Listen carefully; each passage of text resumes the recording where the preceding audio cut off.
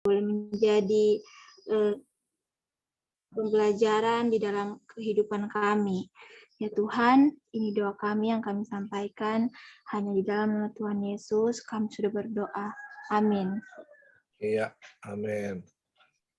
Tunggu sebentar.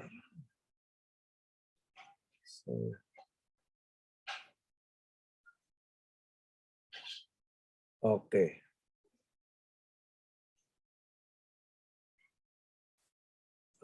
Sebentar ya. Kenapa saya punya speaker kecil ini?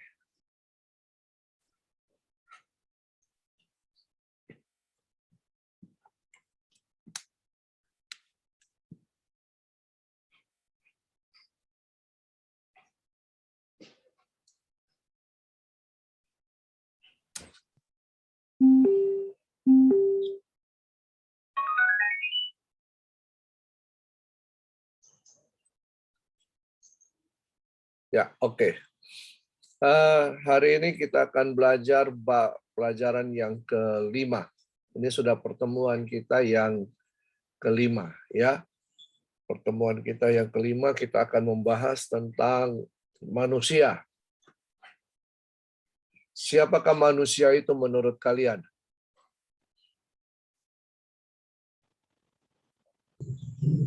Ciptaan Tuhan, Pak.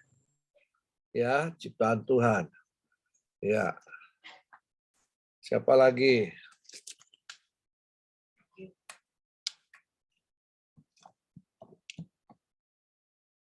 Ya. Siapa menurut kalian siapa manusia itu? Makhluk hidup, Pak. Makhluk hidup. Oke. Ada lagi yang lain? Ya. Benda bergerak, Pak. Benda bergerak. Biasa. Ya. Oke, benda bergerak. Manusia adalah benda bergerak. Ya, bagus, bagus, bagus. Kreatif. Ada lagi? Makhluk yang memiliki akal dan budi. Memiliki akal dan budi. Oke. Lanjut. Siapa lagi? Ya, siapakah manusia itu menurut kalian?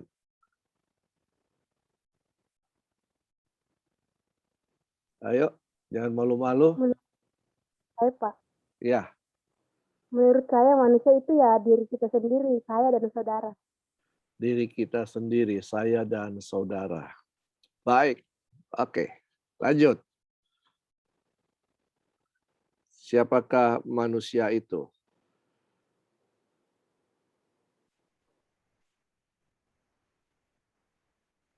Ayo. Jangan malu-malu.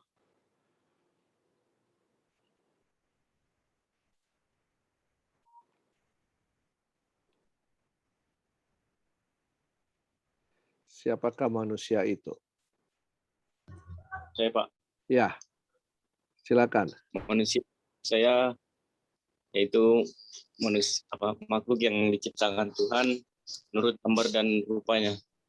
Makhluk ciptaan Tuhan menurut gambar dan rupa Tuhan, ya. Oke. Ya, terima kasih untuk semua pendapat kalian. Pendapat kalian luar biasa. Nah, karena kita mau belajar manusia, jadi kita juga harus mengerti siapa manusia itu. Ya, karena Tuhan menciptakan manusia. Kemarin kita sudah belajar tentang agama, belajar tentang Allah, belajar tentang Yesus, belajar tentang Roh Kudus. Nah, sekarang kita belajar tentang ciptaan Tuhan, manusia. Oke. Apa yang kalian katakan tadi, oke, ya. Cuma saya tertarik manusia adalah benda yang bergerak.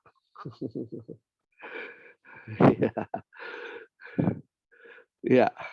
Nah, kenapa kita harus belajar tentang manusia?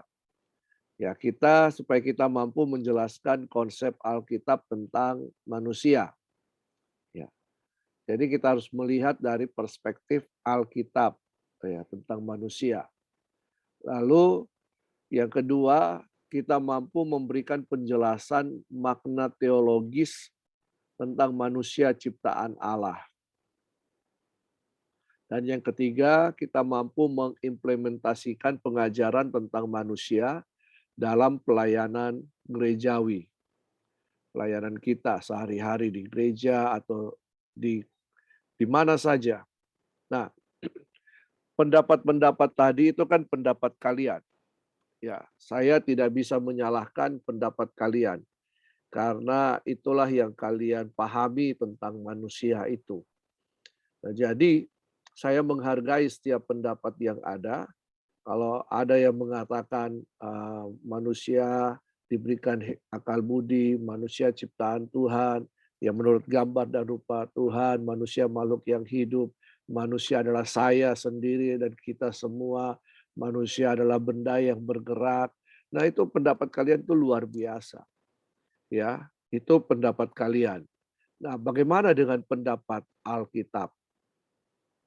Bagaimana dengan pendapat Alkitab? Nah, coba kenapa saya harus menggali pendapat kalian supaya kalian bisa mengerti, oh pemahaman saya tentang manusia seperti ini, tetapi ada pemahaman yang lebih lagi, yaitu lewat kebenaran firman Tuhan, lewat Alkitab, oh pemahaman manusia seperti ini. Nah, oke, kita lanjutkan. Doktrin tentang manusia bisa ditinjau dari dua sudut, filosofis dan teologis. Secara filsafat dan secara teologis. Ya, secara filsafat ya kita bisa mengemukakan berbagai pemikiran kita tentang manusia seperti yang kalian tadi katakan. Itu pemikiran-pemikiran kalian. Ya, nah manusia adalah makhluk hidup. Manusia mempunyai kemampuan untuk berkarya. Manusia mempunyai kemampuan untuk berinovasi dan bereproduksi. Itu pendapat-pendapat dari sisi pemikiran kita. Tetapi bagaimana dengan sisi teologis? Nah, jadi kita saat ini kita tidak membahas dari sisi filosofisnya, tetapi kita membahas dari sisi teologisnya. Ya, teologis. Jadi mari kita membuka mata rohani kita, ya, memandang siapa itu manusia.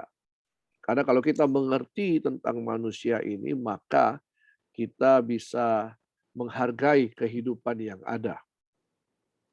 Nah, dalam asal-usul manusia ada 3 teori yang berkembang. Yang pertama teori evolusi. Teori evolusi yang menyatakan bahwa manusia itu berkembang dari satu sel, lalu kemudian berkembang dan menjadi dengan sel-sel yang besar, lalu kemudian menjadi makhluk primata dan kemudian menjadi seperti kita. Ditandai dengan apa? Dengan adanya penemuan fosil-fosil homo itu, Homo sapiens dan lain-lain, yaitu teori evolusi. Jadi teori evolusi ini dicetuskan oleh Darwin. Nah, tetapi ada teori evolusi teistik. Ya, apa itu teori evolusi teistik? Ya, ada evolusi yang berdasarkan juga dari penciptaan dari sisi teologi. Tetapi ada teori penciptaan. Ya. Nah, dalam Alkitab tentang manusia ini bagi kita ini sangat penting, ya, bukan karena kita Kristen, melainkan bahwa kita berkeyakinan Alkitab itu sumber pernyataan Allah yang utama. Lalu mungkin ada yang bertanya, kenapa Alkitab tidak mencatat binatang-binatang purba seperti dinosaurus dan lain-lain? Nah, kitab Kejadian dan Alkitab itu mencatat bagaimana Tuhan itu memberikan perjanjiannya kepada manusia. Ya, jadi dimulai dari sisi manusianya tentang penciptaan manusia itu sendiri. Jadi Tuhan itu menghargai manusia. Jadi dia menciptakan manusia dan kemudian ya manusia pertama itu ditempatkan di Taman Eden. Untuk apa? Untuk mengusahakan Taman Eden itu. Jadi kita tidak berbicara tentang dinosaurus dan lain-lain ya. Alkitab memang menekankan bahwa hubungan antara Tuhan dengan manusia ciptaannya. Nah, jadi dalam teori evolusi ini, Charles Darwin menyatakan bahwa keberadaan manusia merupakan hasil dari suatu perkembangan atau proses yang secara lambat laun mengalami perubahan bentuk dari sederhana menuju kepada yang lebih sempurna. Ya, dari yang sederhana, misalnya ini dari monyet, ini lalu bertumbuh makhluk primata ini ya, dari tidak punya senjata, mereka memakai senjata batu, lalu kemudian ya menjadi manusia, dan nanti lama-lama ya seperti ini masa kini. Ya, manusia yang bungkuk dari awal, dia tegak, kemudian akan bungkuk kembali. Ya, seperti itu ya. Nah, teori ini sebanding dengan filsafat materialisme yang memandang eksistensi alam semesta berasal dari benda. Jadi manusia itu berasal dari satu sel yang kemudian berkembang, berkembang, dan berkembang. Ya, dari yang sederhana mengalami perubahan menuju kepada yang lebih sempurna. Ya, dari kera menjadi manusia. Ya, tetapi apakah kita ada nenek moyang kita adalah kera? Ya, monyet itu. Apakah seperti itu? Kenapa banyak kera yang tidak berubah jadi manusia? Ya. Kenapa banyak kera yang tidak berubah jadi manusia, ya kan? Kenapa banyak simpanse yang tidak berubah jadi manusia? Nah, itu jadi pertanyaannya di situ. Apakah memang benar manusia berasal dari nenek moyangnya adalah kera? Ya. You know kera? Ya. Monkey.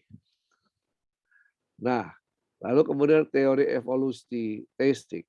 Ya, dalam teori ini manusia diakui merupakan ciptaan Allah.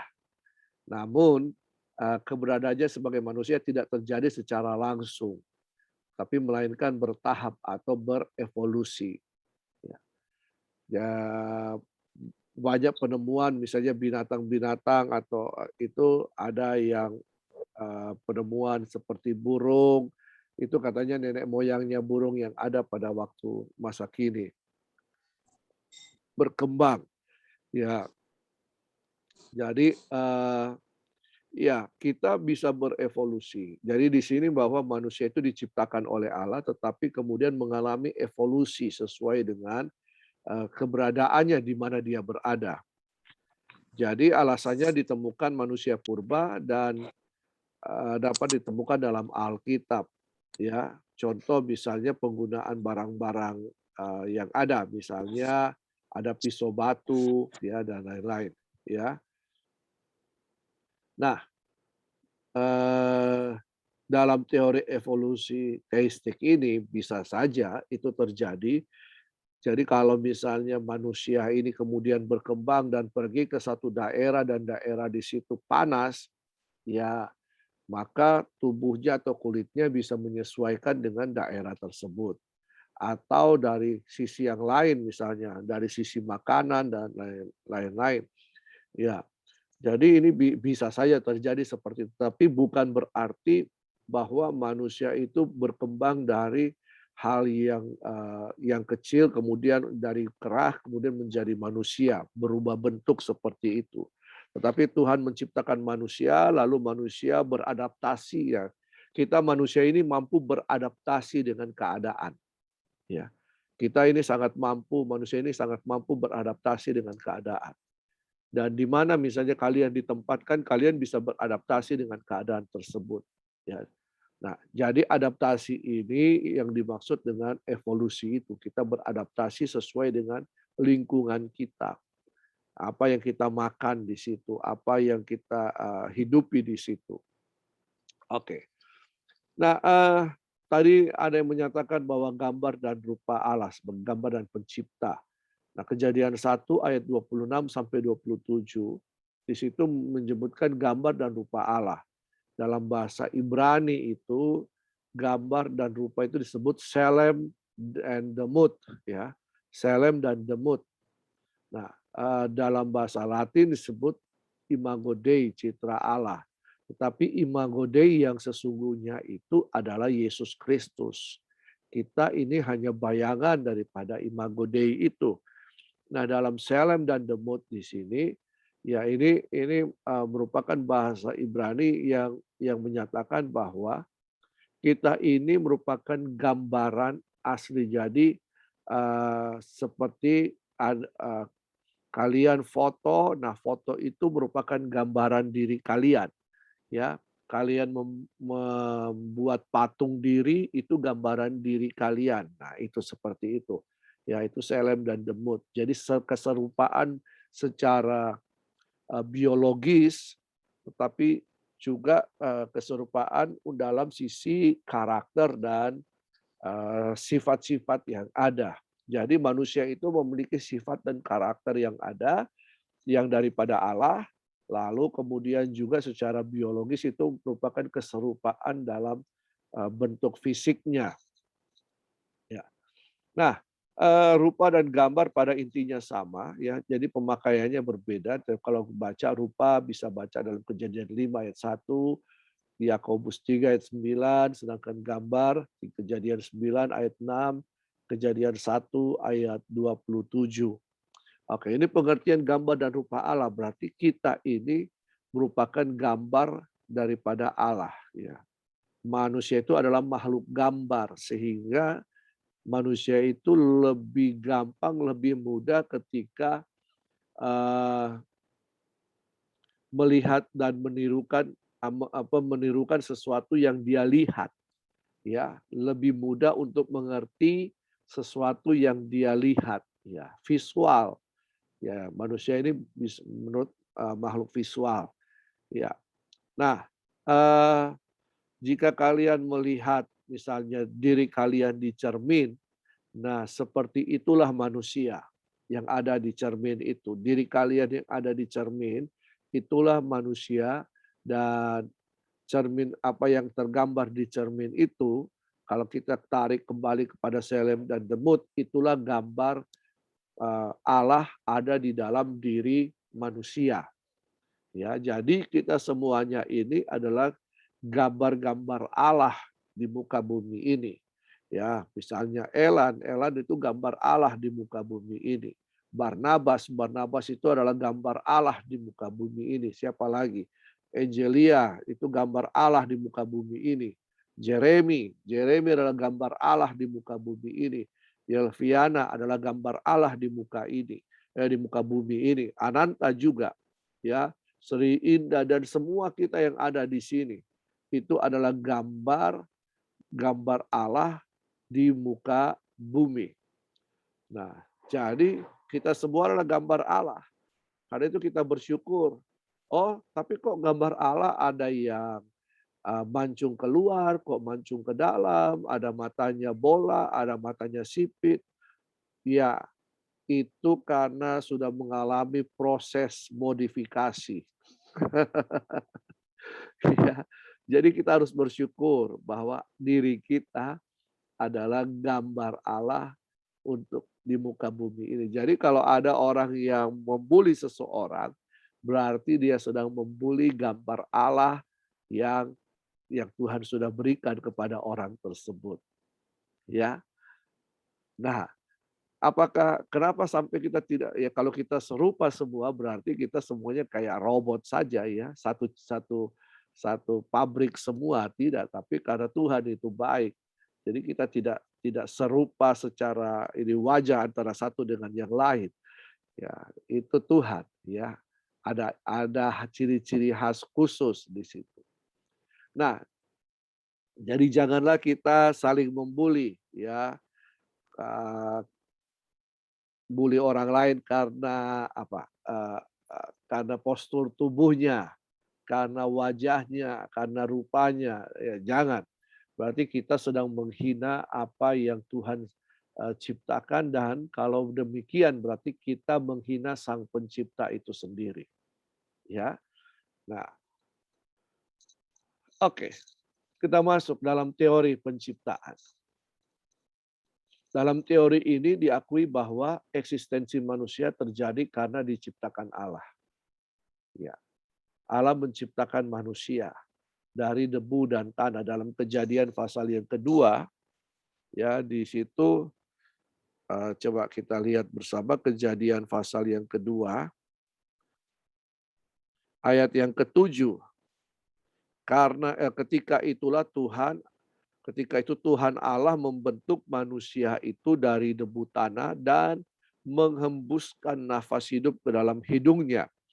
Demikianlah manusia itu menjadi makhluk yang hidup. Ya, jadi makhluk yang hidup. Kenapa? Tuhan itu menciptakan dari semua ciptaan Tuhan. Selain manusia, Tuhan tidak pernah turun tangan untuk mengerjakan dan menciptakan. Ya, tumbuhan, binatang, semuanya itu diciptakan dengan berdasarkan firman Tuhan.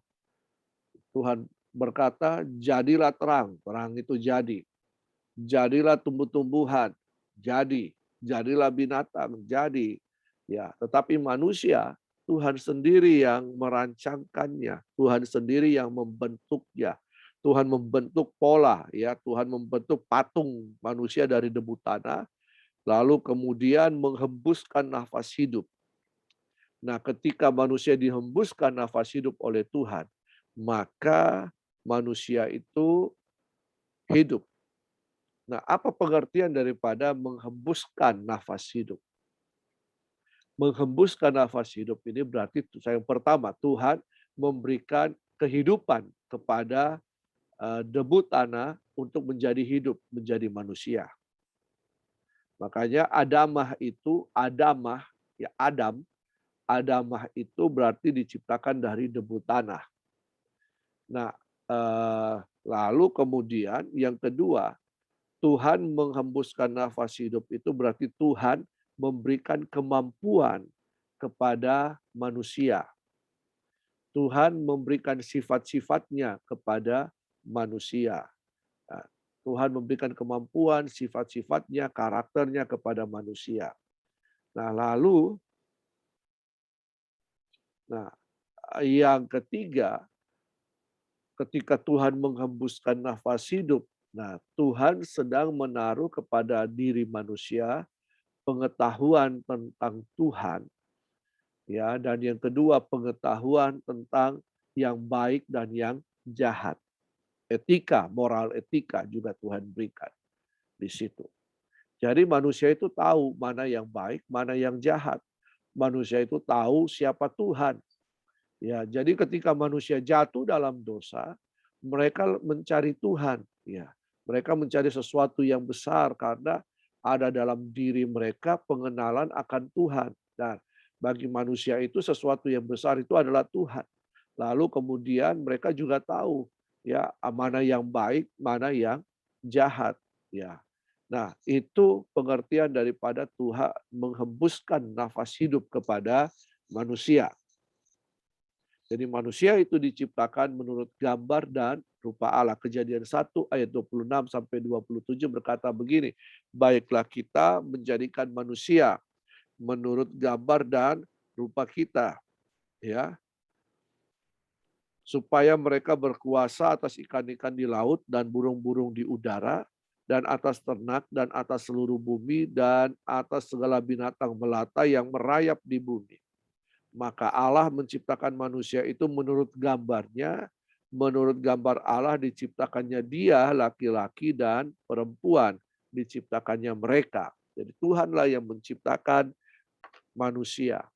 Tuhanlah yang menciptakan laki-laki pertama Adam, dan kemudian Tuhan menciptakan Hawa. Lalu kemudian dari Adam dan Hawa lahirlah generasi demi generasi. Hawa juga dibentuk dari debu tanah, dibentuk. Tetapi kemudian tulang rusuk Adam yang diambil oleh Tuhan untuk ditaruh kepada di dalam diri Hawa. Ya, jadi jangan salah tulang rusuk ya. Kalau cari tulang rusuk yang benar.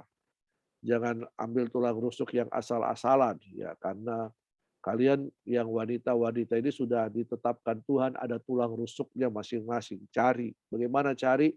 Minta sama Tuhan. Ya, tulang rusukmu juga itu tidak jauh-jauh dari kalian. Ya, nah perhatikan baik-baik. Jangan salah ambil tulang rusuk. Salah tuh ambil tulang rusuk, ya akan terus membuat sakit nanti perut kalian.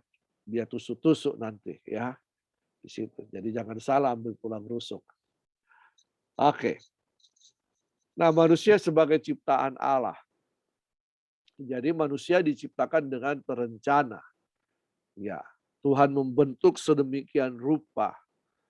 Seperti seorang yang pemahat yang membuat sebuah patung, dibentuk dengan detil-detilnya.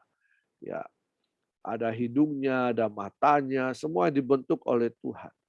Ya, dari debu tanah, lalu kemudian dihembuskan nafas kehidupan. Jadi tangan Tuhan itu yang bekerja. Ya, berbeda dengan ciptaan lainnya seperti tadi saya katakan. Ciptaan yang lain ya hanya berfirmanlah Tuhan maka jadi. Berfirmanlah Tuhan maka jadi. Nah, jadi untuk manusia Allah tidak langsung berfirman tetapi menciptakannya dengan penuh kasih.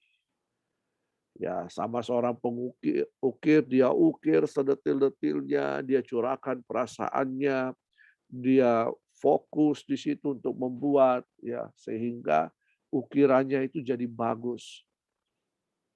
Nah, ini privilege bagi kita, bagi manusia, hanya manusia yang diciptakan serupa dan segambar dengan Allah. Tidak ada yang lain, tidak ada makhluk yang lain. Bahkan kalau kalian baca seterusnya tadi dalam Kejadian 2 ayat 8, 9, 10 di situ dikatakan bahwa Tuhan itu memberikan tugas kepada Adam untuk memberi nama binatang-binatang yang ada. Ya, Adam kemudian melakukan tugas itu, dia memberi nama binatang-binatang yang ada. Kalau kalian baca di situ, lalu pada akhirnya Adam berkata bahwa dia tidak menemukan pasangan yang sepadan dengan dia, ya kan? Nah, jadi Adam tidak menemukan ya pasangan yang sepadan, yang sama dengan dia. Berarti binatang-binatang memang ciptaan Tuhan, tetapi tidak serupa dengan tidak serupa dan segambar dengan Allah. Hanya manusia. Hanya kita manusia. Nah, jadi manusia itu diperintahkan untuk menguasai segala sesuatu. Berarti menguasai ini mengatur, mengelola ya manusia. Kalau kita baca ayat yang ke-8 dalam Kejadian 2 itu, manusia pertama itu ditempatkan di Taman Eden untuk mengusahakan taman itu. Berarti kata mengusahakan di situ mengelola, ya, membuat baik, ya. Nah, tetapi dalam terjemahan bahasa Ibrani, kata mengelola ini dipakai atau kata mengusahakan ini dipakai kata abad. Abad yang kemudian berubah bentuk menjadi avoda, avoda berubah bentuk menjadi abadah atau ibadah. Nah, jadi dari sinilah kata ibadah itu keluar. Apakah ibadah itu? Ibadah itu adalah mengerjakan apa yang Tuhan mau kita kerjakan. Apa yang Tuhan mau kita usahakan. Jadi bekerja itu adalah ibadah. Adam melakukan demikian. Ya, mengusahakan itu identik dengan ibadah. Ya, kadang-kadang kita pikir ibadah itu ternyata ya ibadah hanya sekedar pergi hari Minggu ke gereja, ya kita ibadah. Ternyata ibadah itu lebih daripada itu. Bukan hanya sekedar hari Minggu ke gereja, tetapi ibadah itu segala sesuatu yang kita lakukan untuk kemuliaan nama Tuhan. Itu ibadah. Jadi kerja ibadah, semuanya ibadah. Ya, hidup ini merupakan ibadah kepada Tuhan. Kenapa demikian? Roma 12 berkata, persembahkanlah tubuhmu sebagai persembahan yang hidup, yang kudus, dan yang berkenan kepada Allah. Itu adalah ibadahmu yang sejati. Roma 12. Jadi ketika kita mempersembahkan kehidupan kita kepada Tuhan, kita percaya Yesus, kita persembahkan, Bapa, ku persembahkan tubuhku sebagai persembahan yang hidup. Ya, kita nyanyi biasanya seperti itu. Kudus dan yang berkenan padamu. Tetapi ya ketika kita sudah mempersembahkan berarti hidup kita menjadi milik Tuhan. Nah, jadi apapun yang kita lakukan dengan pengertian bahwa ini untuk kemuliaan nama Tuhan. Karena Kolose mengatakan apapun yang kamu kerjakan, perbuatlah itu seperti untuk Tuhan. Nah, jadi kata mengusahakan atau mengusahakan itu erat kaitannya dengan ibadah. Oke. Nah, pengertian gambar Allah berarti bahwa manusia memiliki kemuliaan, kebenaran, dan kesucian. Jelas. Kenapa demikian? Ya, karena manusia itu diciptakan telanjang. Tetapi mereka tidak telanjang. Mereka telanjang tetapi tidak telanjang. Nah, kenapa demikian? Karena ada selubung yang Tuhan pakaikan. Nah, selubung itu yang namanya jubah kemuliaan Tuhan. Jadi sebelum manusia jatuh dalam dosa, manusia itu memakai jubah kemuliaan Tuhan atau dalam bahasa Ibraninya katonot or. Or itu cahaya. Ya, katonot itu ya jubah cahaya. Ya. Nah, jadi bahwa benar bahwa ketika manusia belum jatuh dalam dosa, manusia itu memiliki kemuliaan, kebenaran, dan kesucian. Dan manusia itu memiliki citra atau karakter Allah. Nah, gambar dan rupa Allah secara umum memberikan perbedaan manusia dari makhluk lain. Ya, tadi saya katakan Adam tidak menemukan pasangan yang seimbang dengan binatang-binatang yang ada.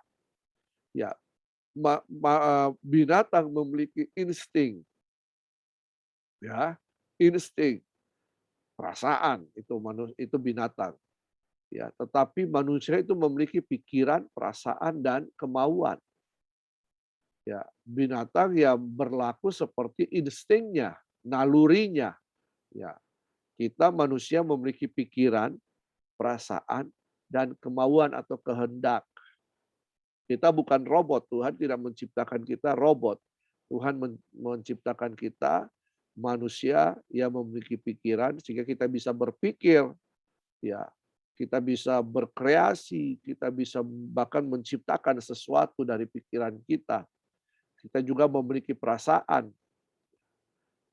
Perasaan sakit hati, kecewa, jatuh cinta, perasaan apa lagi. Kita memiliki perasaan. Tapi juga kita memiliki kehendak. Nah, ini dia. Tuhan memberikan kita kehendak bebas untuk berlaku seperti manusia. Tetapi kehendak bebas itu tidak dipergunakan sesuka-suka kita. Ya, tetap ada aturan yang Tuhan berikan. Nah, itu hukum-hukum Tuhan yang Tuhan berikan. Oke. Nah, makna gambar dan rupa Allah. Alkitab menyatakan bahwa manusia diciptakan menurut gambar dan rupa Allah. Nah, memiliki makna Allah sebagai sumber hidup manusia. Ya, bahwa Tuhan itu adalah sumber kehidupan manusia. Dialah sumber. Nah, banyak di bagian-bagian Alkitab yang lain mengatakan bahwa Tuhan itu adalah sumber. Ke Yohanes 1 ayat 3, Yohanes pasal 15, Yesus berkata, Bapakku pengusaha, ya akulah pokok anggur, kamulah ranting-rantingnya, kamulah carang-carangnya. Nah, carang-carang mendapatkan makanan dari pokoknya. Nah, itu. Jadi Tuhan itu sebagai sumber kehidupan. Tidak bisa tidak. Dia sumber, dia yang memberikan nafas kehidupan kepada manusia kan. Ya. Nah, yang kedua, Allah sebagai model atau teladan hidup manusia. Nah, ini sangat jelas sekali. Kenapa sampai Allah itu bisa menjadi model atau teladan hidup manusia? Ya, saya sudah pernah mengajarkan hal ini di Kristologi, bahwa kita bersyukur kita punya Allah, bukan Allah yang di atas, yang di awan-awan yang tidak terjangkau oleh manusia, tetapi Dia Allah yang berinkarnasi menjadi manusia dalam diri Yesus Kristus. Sehingga keteladanan hidup atau keteladanan eh, Allah itu nyata di dalam diri Yesus. Dan ketika kita melihat pribadi Yesus, ya, ketika kita melihat pribadi Yesus, nah kita bisa melihat keteladanan hidup Yesus. Kita bersyukur. Jadi kita bisa mengerti Alkitab yang kita baca dan melihat pribadi hidup Yesus. Oh, oke, begini caranya. Oh, ini polanya seperti ini. Nah, kita bisa meneladani hidup Yesus. Ya, beda dengan agama-agama lain yang meraba-raba bagaimana mereka bisa meneladani Tuhan mereka. Ya. Tetapi kita meneladani gaya hidup Yesus. Sehingga kekristenan itu bukanlah sekedar agama saja. Bukanlah agama malah, tetapi kekristenan itu merupakan gaya hidup. Gaya hidup apa? Gaya hidup Kristus ada di dalam kita. Nah, itulah kekristenan. Kekristenan adalah gaya hidup Yesus yang kita miliki, yang kita juga lakukan. Nah, Allah menciptakan manusia sebagai ciptaan yang unik. Nah, tidak ada yang punya sidik jari yang sama satu dengan yang lain. Walaupun kita punya jempol yang sama, ya, tetapi coba diteliti. Nah, sidik yang tidak sama. Bahkan kornea mata kita pun bisa menjadi sidik atau identitas kita. Ya, maka kalau kalian urus KTP dan urus itu kan selain sidik jari, kalian juga kan di foto kornea mata kan. Nah, jadi itu ada hal. Jadi walaupun dia kembar, mau kembar berapa, kembar siam, kembar ya, kembar yang tidak berbentuk pun juga tidak sama, tetap itu akan berbeda satu dengan yang lain. Ya, ada hal-hal yang berbeda.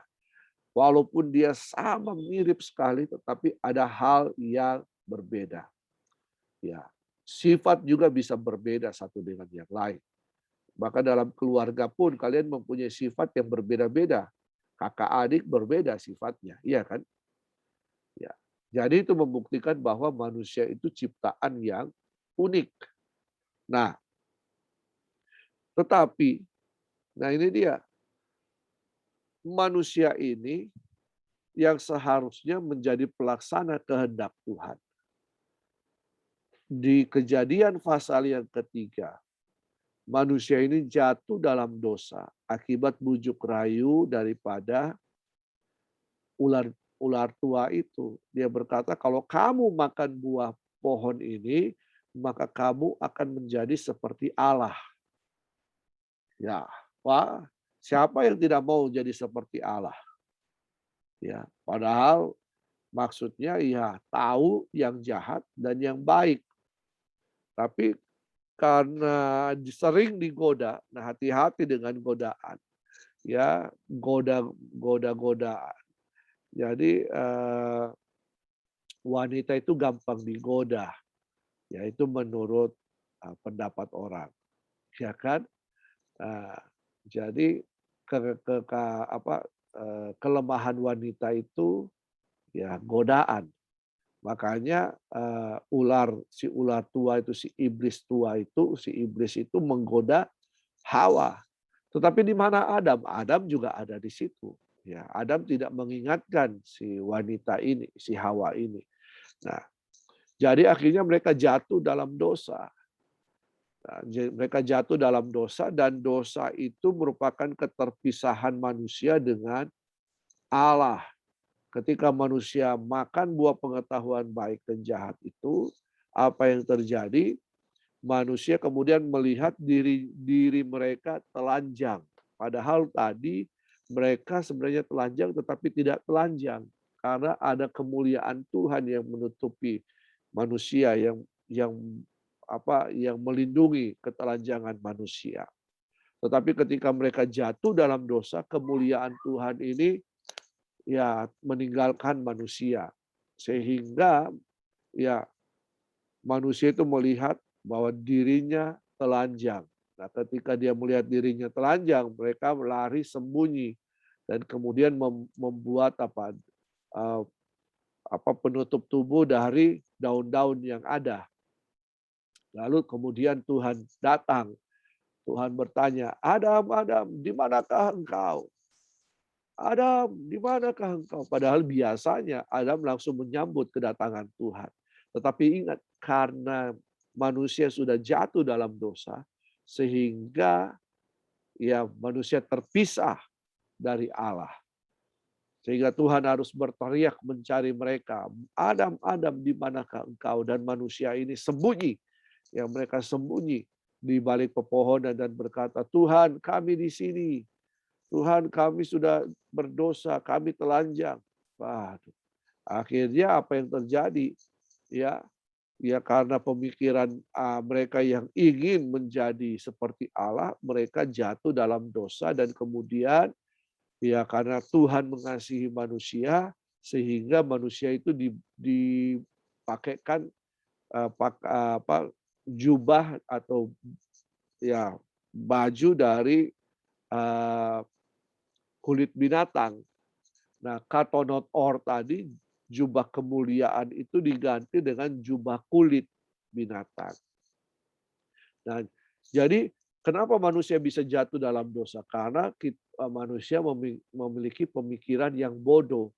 Manusia ingin menjadi seperti Allah. Ada ego manusia itu, yaitu yang namanya ego. Nah, jadi kenapa sampai ada terjadi masalah di antara sesama kita manusia? Karena ada ego yang dikedepankan. Ya, lalu kemudian mereka melanggar hukum Allah. Kan firman Tuhan katakan kepada Adam, jangan kamu makan buah yang ada di tengah-tengah pohon, di tengah-tengah taman ini. Jangan makan sentuh pun saja, jangan. Ya. Tetapi kemudian mereka makan, itu berarti melanggar hukum Allah. Nah, sehingga mereka melanggar dan itu merupakan kejahatan. Karena sebuah kejahatan manusia harus dihukum. Manusia harus dihukum apa? Dibuang keluar Taman Eden. Nah, sehingga manusia hidup dalam dosa. Nah, jadi perbuatan baik yang dilakukan oleh manusia itu tercemar oleh dosa. Ya, saya baru posting di Instagram dan Facebook ya bahwa karena dosa perbuatan manusia itu tercemar. Jadi karena walaupun manusia berbuat baik, tetap perbuatan baik itu dicemari oleh dosa. Ibaratnya kalian lagi membersihkan kaca rumah, kaca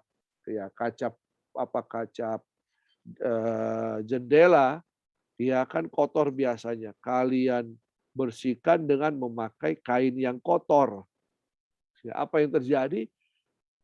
Tetap kaca itu tetap jadi kotor kan. Nah, itu gambaran hidup kita yang kotor karena dosa. Kita mau melakukan perbuatan yang baik, tetap perbuatan yang baik itu pun kotor juga karena sudah tercemari oleh dosa. Jadi sebenarnya perbuatan baik kita ketika kita masih berdosa itu juga sia-sia. Nah, bahkan juga dikatakan orang tahu juga berbuat baik, tetapi perbuatan baiknya itu tidak dilakukan. Bahkan dia bermaksud berbuat baik, tetapi yang terjadi adalah dia melakukan kejahatan. Nah, ya kan? Maksud hati misalnya ingin menolong anaknya kuliah, tetapi dia melakukan perbuatan korupsi. Ya, seperti itu. Dia menolong anaknya bisa kuliah, baik tidak? Baik. Tetapi apa yang dia lakukan? Dia melakukan perbuatan yang jahat. Apa yang dia lakukan? Dia korupsi. Nah, itu karena dosa. Ya, dosa. Nah,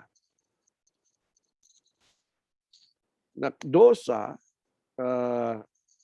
ya tadi di sini kan pengertian dosa. Sekarang kita akan melihat arti apa istilah-istilah perjanjian lama untuk dosa.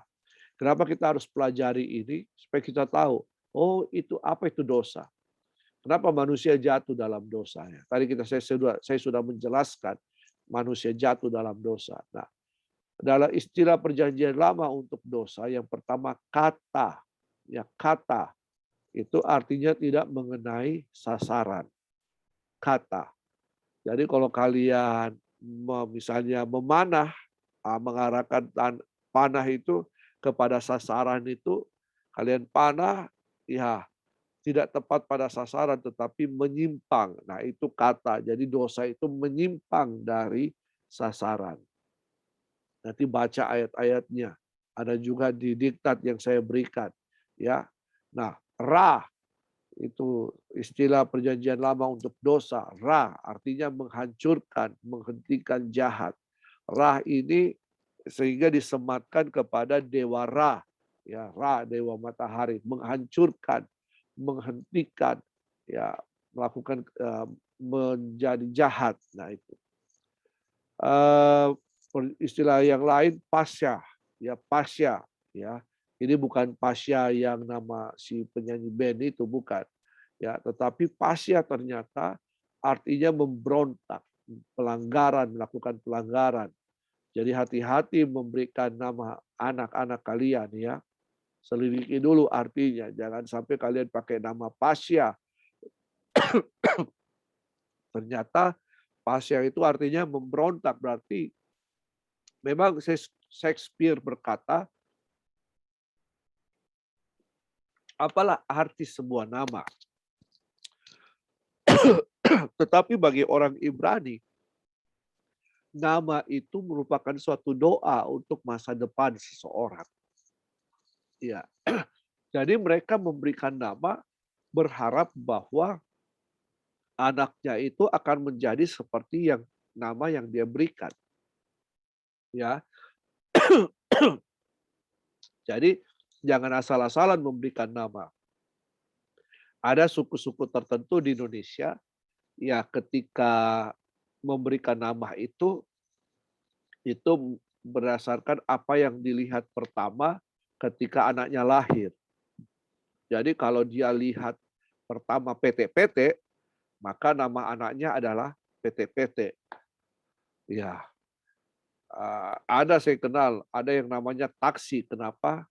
Karena ketika ibunya melahirkan dia, mau apa yang pertama dilihat adalah taksi. Ya, berarti namanya taksi. Ya, sembarang. Ada yang yang penting bahkan ada hal yang unik yang viral. Diberikan nama abjad A B C D E F G, ya kalian pernah baca itu kan? Bahkan Elon siapa si yang punya Tesla itu, Elon Musk itu memberikan namanya seperti nama rumus, ya nama rumus, ya. Nah, jadi ya kalian nanti akan jadi orang tua, janganlah sembarang memberikan nama untuk anak-anak kalian. Nama saya punya anak yang pertama namanya Jesua, berarti Tuhan penolong, Tuhan penyelamat. Ya, Jesua Dominik. Dominik itu milik kepunyaan Tuhan. Jadi Tuhan penyelamat. Jadi anak saya ini menjadi milik kepunyaan Tuhan. Nah, yang kedua itu namanya Jeriel. Apa yang Jeriel ini yang diajar oleh Tuhan. Ya. Itu arti Jeriel, yang diajar oleh Tuhan. Nah, sedangkan saya Heinze pun ada artinya. Ya, nama saya ada artinya. Hein itu anak laki-laki kecil. C itu yang disayang. Jadi anak laki-laki yang disayang. Nah, ya. Jadi ya nama itu ya menjadi doa. Oke. Istilah yang lain adalah awon. Ya, artinya perasaan bersalah akibat perbuatan dosa. Awon. Nah, ada lagi sagak, artinya melakukan kesalahan. Ada asyam, ya asyam. Jadi kalau bersin itu apa? Asyam gitu ya, asyam. Itu artinya rasa bersalah. Ya, ada lagi istilah yang lain, ta'ah, artinya menyimpang atau tersesat. Ya, ini merupakan istilah-istilah perjanjian lama untuk dosa. Jika kita tahu di sini apa itu dosa, ya dosa tidak kena sasaran. Dosa itu bersifat menghancurkan, jahat, menghentikan. Dosa itu adalah pemberontakan, pelanggaran. Dosa itu adalah perasaan bersalah. Ya, dosa itu adalah kesalahan. Ya, dosa itu adalah tersesat, menyimpang. Nah, itu dosa. Dari sini kita bisa tahu definisi dosa itu apa sebenarnya. Nah, konsep dosa menurut perjanjian lama. Dosa itu bertentangan dengan norma dan merupakan ketidaktaatan kepada Allah. Jadi dosa itu adalah pelanggaran hukum-hukum Allah. Ya, itu dosa. Kalau dikatakan jangan mencuri, lalu dia mencuri berarti dia melanggar ketetapan Allah. Jangan membunuh, dia melanggar ketetapan Allah. Sehingga untuk pelanggaran itu, ya itu pelanggaran itu akan membuat manusia akan dihukum nantinya, ya akan masuk dalam kematian kekal. Tetapi bagaimana sampai bisa manusia itu mendapatkan pengampunan dosa? Nanti kita akan lihat. Jadi perbuatan salah yang menyebabkan rasa bersalah. Jadi ada tuduhan. Ya, ada tuduhan di dalam hati nurani kita. Kamu tadi telah melakukan salah, kamu menyimpang, kamu begini, ada tuduhan. Nah, siapa yang biasa menuduh itu? Iblis biasanya menuduh kita. Ya, kamu sudah salah, kamu sudah menggugurkan kandungan, kamu sudah begini, kamu ya, sudah melawan orang tua, ya itu salah. Ya, yang ketiga, dosa juga merupakan perbuatan aktif dalam kesalahan atau suatu tindakan menuju sasaran yang salah. Ya. Jadi dosa itu perbuatan aktif kita. Sudah tahu itu dosa, sudah tahu itu pelanggaran, tetap dilakukan. Nah, bagaimana misalnya dengan pacaran yang beda agama? Alkitab menyatakan apa di situ? Terang dan gelap tidak bisa bersatu. Tetapi kalau kalian melakukan itu terus, berarti kalian sudah melakukan perbuatan aktif dalam kesalahan.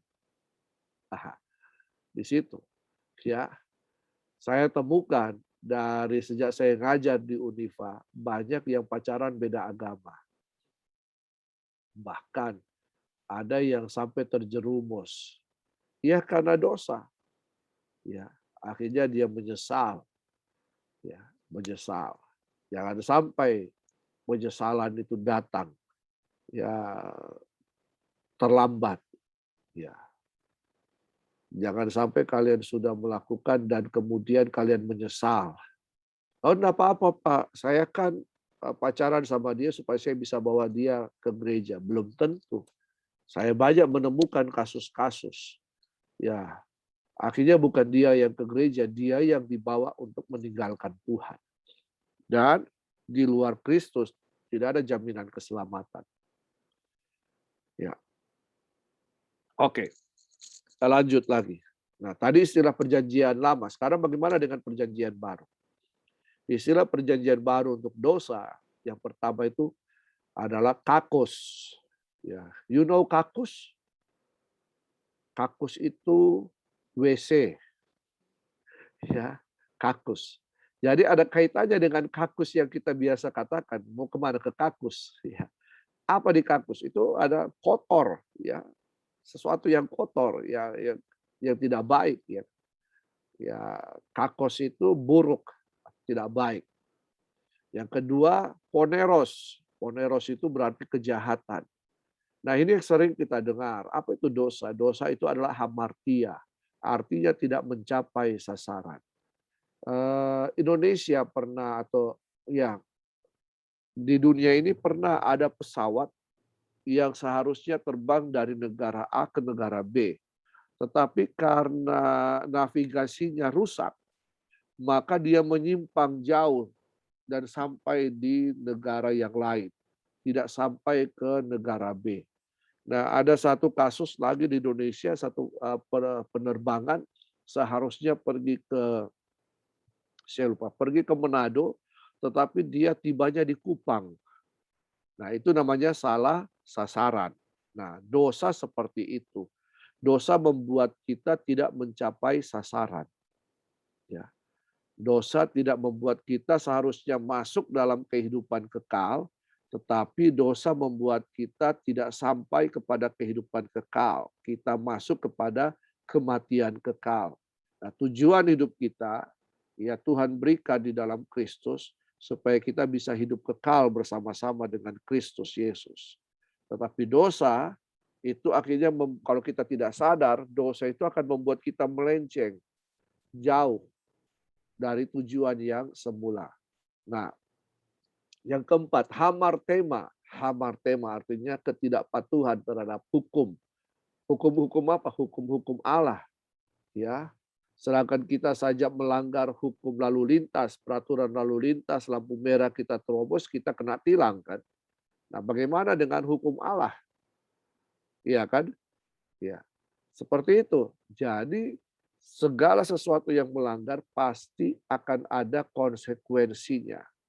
Firman Tuhan katakan upah dosa adalah maut. Ya.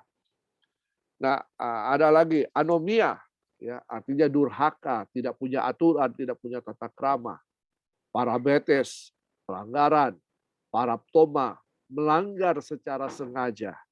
Sudah tahu-tahu dibilang pakai helm, naik motor, tapi ternyata dia tidak pakai helm. Berarti ini melanggar, tidak apa-apa, tidak ada polisi. Ini merupakan pelanggaran secara sengaja.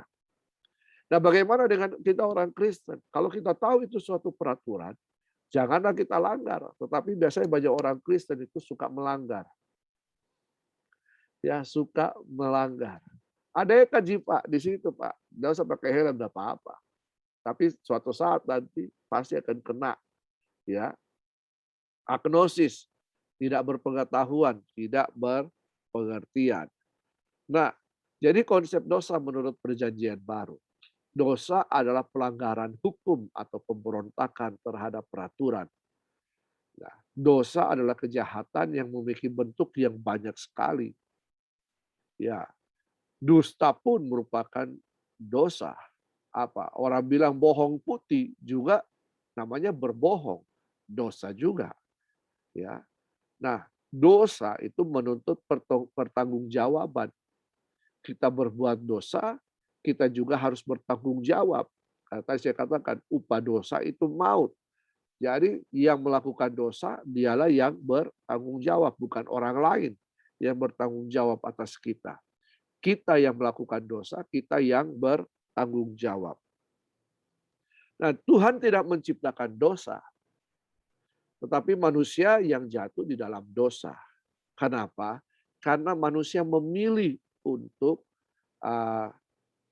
tidak taat kepada Allah. Manusia memilih untuk melawan kehendak Allah. Dikatakan jangan makan buah pohon pengetahuan baik dan jahat, tapi manusia makan buah itu. Ya. Nah, jadi buah pohon pengetahuan baik dan jahat merupakan ujian apakah manusia memilih Allah atau menolak iblis. Dan ternyata manusia Adam dan Hawa ini lebih memilih ingin mengikuti rayuan daripada iblis, ingin menjadi sama seperti Allah. Sehingga ya manusia jatuh dalam dosa, dalam perangkap iblis. Sehingga manusia yang seharusnya tunduk kepada Allah, sekarang berpindah tunduk kepada iblis. Ya.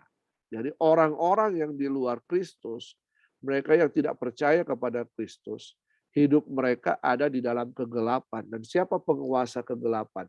Iblis. Ya. Kalau orang-orang yang sudah percaya Yesus tetapi masih tetap melakukan dosa, berarti dia mau memilih untuk tetap ada di bawah kuasa kendali si jahat, si iblis, penguasa kegelapan. Tidak ada yang abu-abu dalam dunia ini. Ya, Ada orang bilang, oh ada jalan abu-abunya. Tidak ada. Yang ada dosa, tidak berdosa. Taat, tidak taat. Ya, hidup kekal, mati kekal. Itu saja. Ada dua pilihan dalam kehidupan ini. Ya, mau hidup diberkati atau mau hidup dalam kutuk. Nah, pilihan ini yang harus kita memilih. Nah, mau hidup kekal atau kematian kekal. Ini pilihan kita yang harus memilih. Nah, memilih untuk taat kepada Allah atau memilih untuk taat kepada iblis. Ini juga pilihan. Memilih percaya kepada Allah, kepada Yesus Kristus Tuhan, atau tidak percaya kepada Yesus Kristus Tuhan juga pilihan. Ya, jadi kita harus memilih apa yang terbaik bagi kita. Nah, firman Tuhan katakan, dikatakan pilihlah hidup supaya kamu hidup. Ya, jangan pilih kematian. Nah, Tuhan, ya kenapa Tuhan tidak langsung larang ketika Adam dan Hawa digoda setan? Karena ada yang namanya kehendak bebas. Dan Tuhan memang mengizinkan manusia itu digoda supaya ditahu kuat tidaknya manusia itu, imannya bagaimana, kepercayaannya kepada Tuhan bagaimana. Jadi manusia itu suci pada awalnya. Jadi ya, tadi saya katakan ya, mereka mengenakan tubuh kemuliaan, jubah kemuliaan, kekudusan daripada Tuhan. Tapi ketika tergoda iblis, manusia jatuh dalam dosa. Ya, sehingga mereka bukan lagi memakai jubah kemuliaan, manusia kemudian mati di dalam dosa. Apa yang mati? Rohnya, di mana tempat Allah berdiam. Karena roh kita adalah tempat Allah berdiam, itu mati. Ya. Nah, jadi ingat bahwa dosa tidak berasal dari Allah. Allah tidak menciptakan dosa. Tetapi dosa itu ada karena manusia yang tergoda terhadap bujuk rayu si iblis tua atau ular tua itu. Ya. Nah, sumber dosa. Sumber dosa menurut pandangan Alkitab adalah keinginan daging. Ya. Bukan berarti daging kita ini sumber dosa, tetapi bukan keinginannya. Keinginan, ingat. Ketika Hawa melihat buah pohon pengetahuan yang baik, dia bilang, wah enak ini buah. Dia timbul keinginannya untuk memakan buah itu. Ya. Yakobus mengatakan, coba kita lihat bersama. Yakobus, surat Yakobus. Yakobus.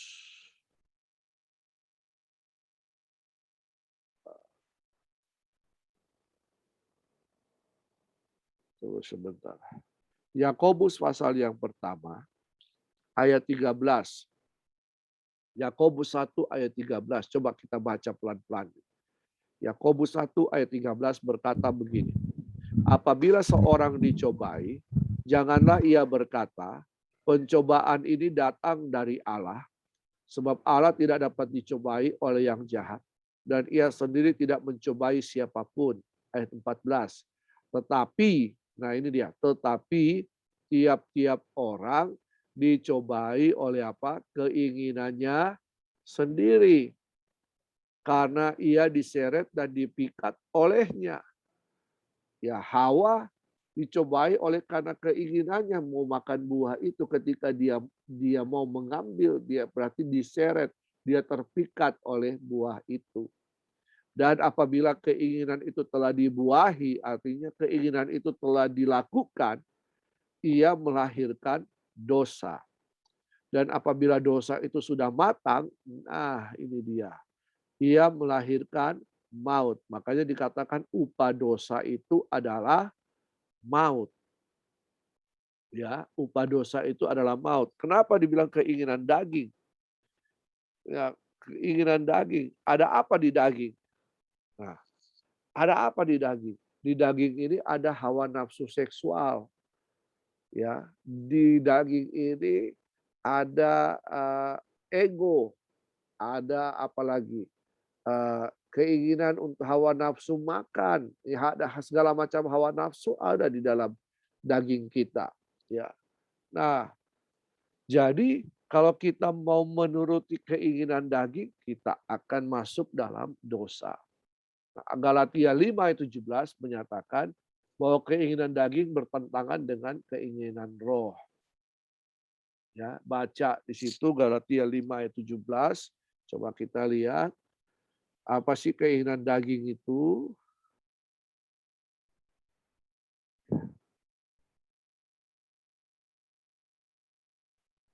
Ayat 17, sebab keinginan daging berlawanan dengan keinginan roh, dan keinginan roh berlawanan dengan keinginan daging.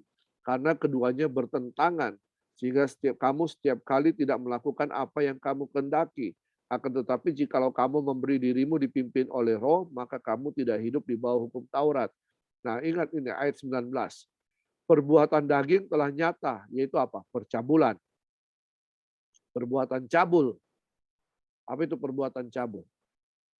Ya, perbuatan cabul itu perbuatan seks sebelum nikah, pornografi, ya, hal-hal yang berkaitan dengan itu. Kecemaran, mencemari diri kita dengan apa? Dengan menonton pornografi, dengan ya hal-hal yang tidak benar, hawa nafsu, penyembahan berhala, sihir, ini perbuatan daging. Perseteruan, apalagi perselisihan, iri hati tanda tak mampu, amarah, kepentingan diri sendiri, ego yang diutamakan, percideraan, roh pemecah, kedengkian, kemabukan, jangan suka mabuk-mabuk, ya, pesta pora dan sebagainya.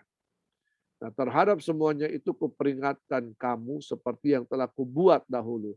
Bahwa barang siapa yang melakukan hal-hal demikian, ia tidak akan mendapat bagian dalam kerajaan Allah.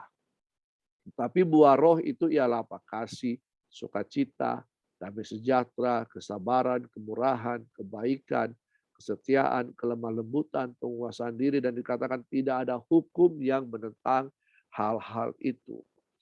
Nah, jadi dosa itu tidak disebabkan oleh karena materi. Ya, kita berdosa karena kita memiliki materi, apa kekayaan dan lain-lain. Tetapi dosa itu disebabkan keinginan yang keluar dari hati kita. Hati, maka firman Tuhan katakan, jagalah hatimu dengan segala kewaspadaan. Dalam Amsal 4 ayat 23, karena dari situlah terpancar kehidupan. Nah, jadi hati manusia, dari hati manusia ini, nah, perhatikan di situ saya ulangi Matius 15 ayat 19, bukan apa yang masuk itu yang menajiskan kita, berarti bukan makanan atau apa yang masuk dalam tubuh kita itu yang menajiskan kita, tetapi apa yang keluar itu yang menajiskan. Apa itu yang keluar? Pikiran jahat, apalagi ya ketidaktaatan, itu yang keluar dari kita, pemberontakan, itu yang menajiskan kita.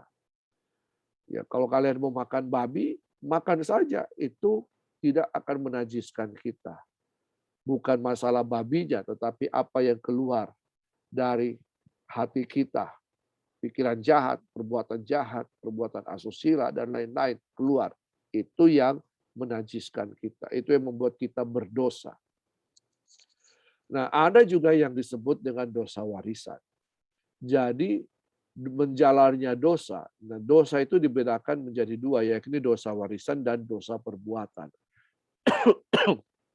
Apa itu dosa warisan? Dosa yang kita warisi dari Adam dan Hawa.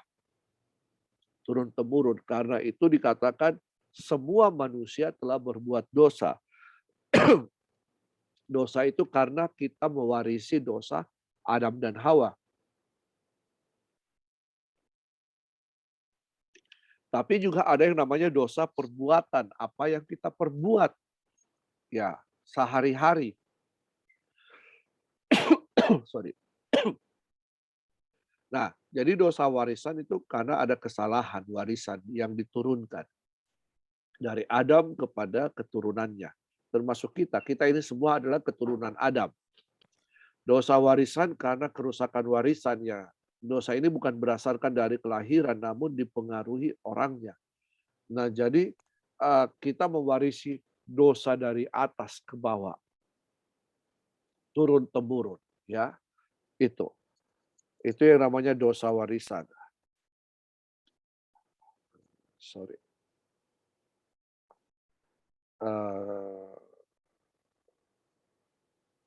Dia terkeluar sebentar ya, saya share screen ulang.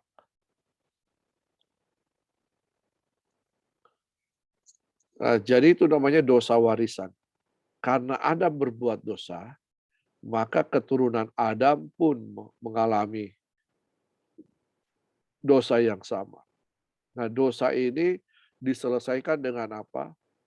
Dosa ini diselesaikan ketika kita bertobat, minta ampun, percaya Yesus Kristus Tuhan sebagai Tuhan dan Juru Selamat pribadi. Kenapa dia begini?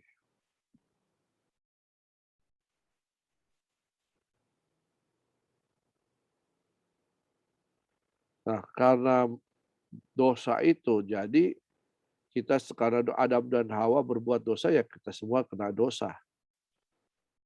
Jadi begini. Sebentar ya. Saya harus keluar dulu dari sini.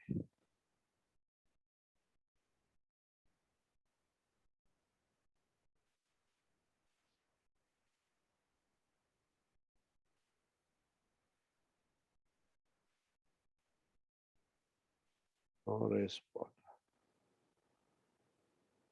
Oke. Nah, ada yang di perbuatan dosa. Ya, perbuatan dosa itu yang kita lakukan sehari-hari. Nah, hati-hati dengan itu ya. Perbuatan dosa kita.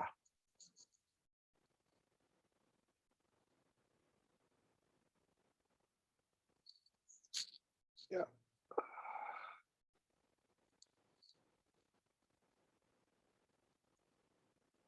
Oke, sampai sini sambil saya ini ada yang ingin ditanyakan. Silakan.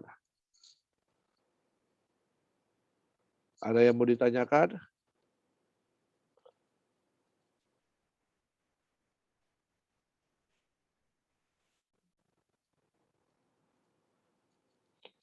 Ya.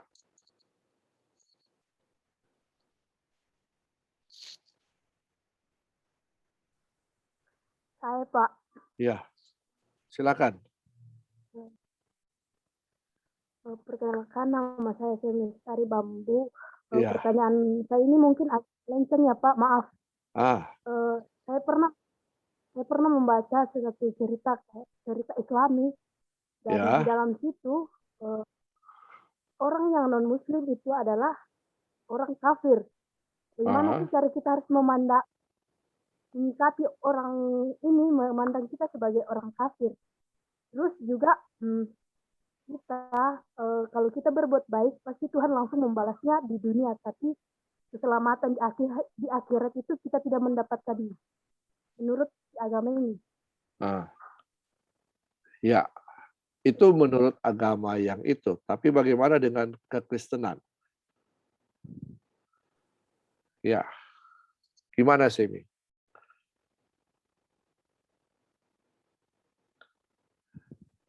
Menurut kita yang Kristen, keselamatan itu kan berasal dari Yesus Kristus. Tidak ada yang sampai kepada kita tanpa melalui Kristus. Ya, benar.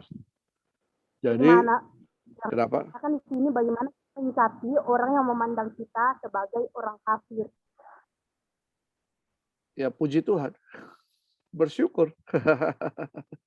Ya, bersyukur. Kenapa demikian? Karena kata Kristen itu sebenarnya kata bulian, ya, untuk orang-orang yang percaya kepada Yesus. Sejak kan kekristenan ini keluar dari Yahudi. Nah, jadi ketika keluar dari Yahudi, lalu kemudian membentuk sebuah, ya dibilang kayak sebuah sekte sendiri. Lalu apa yang terjadi di situ, eh, mempunyai cara hidup yang berbeda dengan orang-orang Yahudi, orang Yunani, dan orang-orang yang ada sekitar situ. Sehingga pada tahun 49, ya 49 tahun 50 di Antioquia itu pertama kali disebut kata Kristen. Kata Kristen itu merupakan kata hinaan bagi orang-orang yang mempunyai cara hidup sendiri yang berbeda dengan lingkungan yang ada. Jadi kata Kristen itu merupakan Kristus-Kristus kecil atau pengikut Kristus. Nah, bagaimana sikap kita dengan orang yang menganggap kita kafir? Ya bagi agama mereka kita kafir. Dan kita juga melihat mereka seringkali ya sama seperti itu. Kau bukan orang Kristen berarti kau kafir kan juga. Sama kan? Iya kan? Jadi ya tidak usah dipermasalahkan karena mereka melihat kita dari sudut pandang agamanya dia. Kita pun seringkali melihat orang lain dari sudut pandang agama kita. Ya, kalau kita dikatakan kafir, katakan puji Tuhan, Tuhan Yesus memberkati. Karena Yesus pun juga mengalami hinaan yang sama. Jadi jangan khawatir. Dan jangan kita berusaha untuk membela agama kita. Kita kekristenan tidak seperti agama lain, ya, yang berusaha mati-matian membela agamanya. Karena kita percaya bahwa bukan kita yang membela agama, berarti kita yang menjadi pembela Tuhan. Apakah demikian? Apakah Tuhan patut dibela oleh kita manusia? Tidak kan? Karena selama ini yang kita ketahui adalah Tuhanlah pembela umatnya kan? Iya kan? Kisah-kisah Israel berperang dengan Filistin. Apa yang dilakukan? Dan muncul Daud membela. Ya, Tuhan memunculkan orang-orang untuk membela ya orang Israel. Bahkan Tuhan sendiri yang berperang ketika orang Israel keluar dari tanah Mesir. Apa yang terjadi, mereka diperhadapkan dengan Laut Teberau yang luas sekali. Nah, ketika orang-orang Mesir ingin memerangi orang Israel, Tuhan mengadakan jarak antara orang Mesir dan orang Israel itu gelap gulita, sehingga orang Mesir tidak dapat mengejar orang Israel sampai kemudian laut itu terbelah sehingga orang Israel bisa jalan. Ini kan semua bukti-bukti pembelaan daripada Tuhan. Nah, jadi tidak usah kita khawatirkan. Yang penting ini adalah kita tahu mana yang benar, mana yang salah. Kita tahu bahwa yang kebenaran yang benar itu adalah Yesus satu-satunya juru selamat dunia. Tidak ada yang lain. Kalau kita sudah punya Yesus, sudah jangan pedulikan yang lain. Paham? Ya. Jadi jangan takut, jangan takut. Orang mau bully kita silakan. Tidak apa-apa. Sikap kita memberkatinya kembali. Jangan sakit hati karena kalau kita dibully. Karena memang sudah seperti itulah. Alkitab mengatakan kalau kamu tidak menderita aniaya karena Kristus, kamu tidak layak untuk Kristus. Ya, oke. Begitu, Semi. Jadi jangan takut, ya. Kita tetap menyatakan kebenaran, hidup benar. Ya, kita harus jadi teladan, panutan. Ya, apa yang kita perkatakan, kita perbuat, apa yang kalian posting di media sosial itu juga sangat berpengaruh. Ya, bayangkan apa yang kalian posting misalnya di Facebook. Karena saya punya penelitian S2 tentang itu. Nah, misalnya saya di Facebook, saya itu punya hampir sekarang 5.000 orang. 5.000 sebenarnya, tapi saya kurang-kurangi 5.000 jadi full 5.000 teman. Jadi kalau sekali saya posting, berarti yang lihat itu berapa orang? 5.000. Ya kan? Nah, kalau saya setting teman saya, teman teman saya punya teman bisa melihat apa yang saya posting. Bayangkan dari 5.000 ini misalnya, satu orang itu punya pertemanan 5.000. Berarti 5.000 kali 5.000. Iya kan? Kalau kalian posting satu berita, berarti yang akan melihat itu 5.000 kali 5.000 orang. Berapa orang? Ayo, 5.000 kali 5.000, berapa orang? 25.000, Pak. 25.000, terlalu sedikit. 25 25 juta. 25 orang. juta. Aha, Ya. 25 juta orang. Bayangkan kalau 25 juta orang melihat postinganmu yang apa? Yang maki-maki orang, yang curhat di situ, apa semua. Oh, pasti sudah ini anak tidak baik. Tetapi kalau kau posting yang baik-baik, 25 juta orang akan lihat. Iya kan? Taruhlah ya 25.000 orang. Sudah luar biasa. Makanya hati-hati dengan media sosial. Apa yang kita posting di situ. Ya. TikTok juga di situ. Karena itu akan terus ada. Ya. Itu akan terus ada itu. Itu akan terus ada. Kalian mau berusaha untuk menghapusnya, belum tentu bisa. Ya, itu akan terus ada. Oke, saya lanjut ini. Ulang.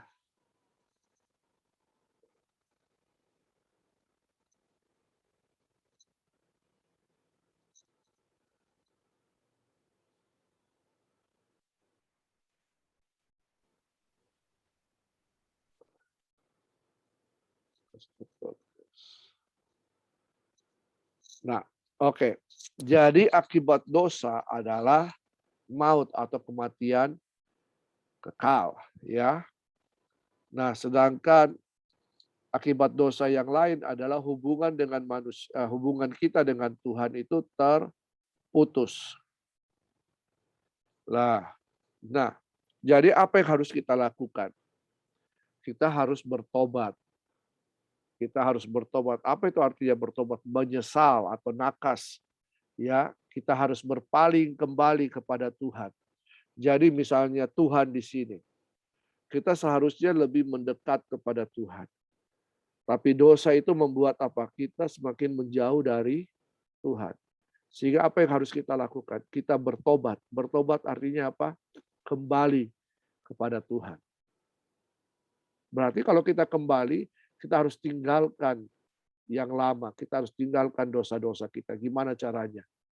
Seperti anak bungsu yang menghabiskan harta warisan orang tuanya. Dia keluar dari rumah orang tuanya bawa harta. Dia berfoya-foya, pokoknya dia melakukan apa saja. Akhirnya dia jatuh miskin. Bahkan dia akhirnya jadi penjaga kandang babi. Bahkan untuk makan saja dia susah. Mau makan makanan babi pun tidak bisa. Akhirnya dia sadar apa yang dia lakukan. Di rumah Bapakku semuanya tersedia. Ya, lalu dia bertobat, dia kembali kepada Bapa. Nah, itu yang harus dilakukan oleh orang-orang Kristen, bertobat. Jadi kalau artinya bertobat berarti meninggalkan dosa dan jangan kembali lagi. Nah, Alkitab mengatakan jangan seperti anjing yang kembali kepada muntahannya. Artinya kalau anjing itu kan biasa kalau dia sudah muntah, dia pergi, dia datang lagi, dia jilat-jilat, akhirnya dia makan lagi. Ya, jangan seperti babi yang kembali ke dalam kubangan. Ya, saya lihat ada orang-orang piara-piara babi yang kecil-kecil itu lucu-lucu, sudah dimandikan apa. Tapi coba kalian lepas, pasti dia akan cari tempat yang becek-becek lagi. Artinya jangan jatuh pada lubang yang sama. Bertobat itu artinya bertobat, ya. Jangan jatuh dalam lubang yang sama. Pertobatan itu menyangkut apa? Pikiran, apalagi perasaan hati, apalagi kehendak kita. Ya. Jadi kita minta ampun. sama Tuhan. Kalau saya sudah melakukan perbuatan, misalnya perbuatan free sex, saya harus minta ampun sungguh-sungguh. Tuhan, saya salah. Saya minta ampun, saya bertobat, saya mau hidup benar. Roh Kudus tolong saya. Dan kemudian hidup benar. Jangan lagi lakukan lagi seperti itu. Ya, itu artinya jatuh bangun di dalam dosa yang sama. Nah, tidak seperti itu yang Tuhan mau. Nah, jadi kalau kita bertobat, maka kita akan mempunyai hidup yang damai, hidup yang sejahtera. Karena ketika kita bertobat, apa yang terjadi? Tuhan itu memulihkan kehidupan kita. Sudah tidak ada lagi tuduhan. Iblis bisa saja datang menuduh kita. Kamu dulu begini, kamu dulu begini, kamu dulu begini. Kamu dulu itu narkoba, kamu dulu begini, kamu itu tidak benar. Tapi kalian bisa mengatakan, saya sudah dibenarkan di dalam Kristus Yesus. Maka ada damai sejahtera bagi kalian. Ya, ada damai sejahtera yang Tuhan berikan, Tuhan kasih. Nah, damai sejahtera itu yang memelihara kehidupan kita. Kita percaya ada sukacita besar. Kita harus bertobat, ya. Yang bisa mengampuni dosa-dosa kita hanya Yesus Kristus lewat karya salibnya. Tidak ada yang lain. Manusia hanya bisa mengampuni sebatas, ya saya ampuni ya, kesalahanmu, tetapi kadang-kadang kita masih tetap mengingatnya. Ya kan? Kita mengingat kesalahan. Sehingga kalau ada orang berbuat lagi, ya kan? Dulu kau berbuat begini sama saya, dia kasih ingat lagi. Ya. Jadi dosa harus segera ditinggalkan. Hal-hal yang tidak baik harus segera ditinggalkan. Nah, itulah pelajaran kita manusia. Ya, bahwa manusia itu ciptaan Allah. Manusia jatuh dalam dosa. Tetapi oleh karena karya salib manusia diampuni dosa-dosanya. Sekarang respon kita untuk kehidupan ini seperti apa? Kalau berdosa, minta ampun. Minta, Tuhan ampuni saya. Saya putuskan semua kutuk keturunan, dosa-dosa keturunan dari orang tua saya, bahkan dari sampai Adam dan dari nenek moyang saya, Adam dan Hawa. Saya putuskan di dalam nama Tuhan Yesus. Ampuni saya. Nah, dosa perbuatan yang kalian perbuat sehari-hari, ya, minta ampun, Tuhan ampuni saya, ya Tuhan ampuni. Setiap hari kita harus minta ampun sama Tuhan. Tuhan, ya mungkin saya melakukan perbuatan salah sepanjang hari ini, ampuni saya, kuduskan saya. Karena kita tidak tahu kapan akhir hidup kita. Tiba-tiba saja kita tidur dan kita tidak bisa buka mata lagi. Ya, bagaimana dengan dosa-dosamu? Ya, jadi karena itu pelajaran ini sangat penting bagi kita. Ya, nah pelajaran ini sangat kita harus ingat kembali apa itu dosa. Jangan sampai kita mengulang kesalahan yang sama. Oke, sampai sini ada yang ingin ditanyakan? Saya, Pak. Ya, silakan Graciela. Terima kasih atas kesempatannya. Saya Graciela mau bertanya. Tadi di awal dikatakan bahwa Allah menciptakan manusia pasti dengan rencana-rencana yang indah dan mulia. Ya. Terus kita juga pasti percaya kalau segala sesuatu yang diciptakan oleh Allah ini pasti memiliki tujuan dan maksud Tuhan sendiri dalamnya. Jadi Ya. pertanyaan saya, Pak, siapa yang menciptakan iblis? Kalau jika Tuhan yang menciptakan, mengapa Tuhan menciptakan iblis? Apakah Tuhan menciptakan iblis? Kejadian 1 ayat 1, pada mulanya Allah menciptakan langit dan bumi. Berarti Allah menciptakan penghuni sorga. Penghuni sorga ini para malaikat. Itu diciptakan oleh Allah. Tetapi kalau kita lihat sistem pemerintahan, itu malaikat ada sistem pemerintahannya. Ada pemerintahan tertinggi yang dekat dengan Allah, para jenderal-jenderalnya seperti itu, ada yang lapisan bawah. Nah, jadi ada satu yang namanya malaikat di situ, ya kalau di bahasa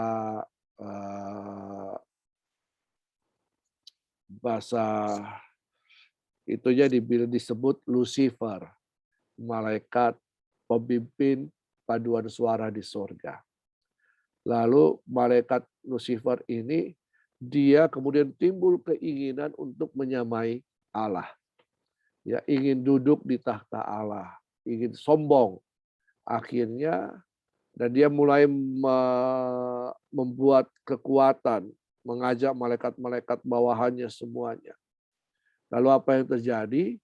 Kemudian Tuhan membuang Lucifer ini dengan pengikut-pengikutnya, dibuang. Nah, jadi malaikat ini akan menjadi malaikat kejahatan. Nah, malaikat kejahatan yang kita sebut dengan iblis itu.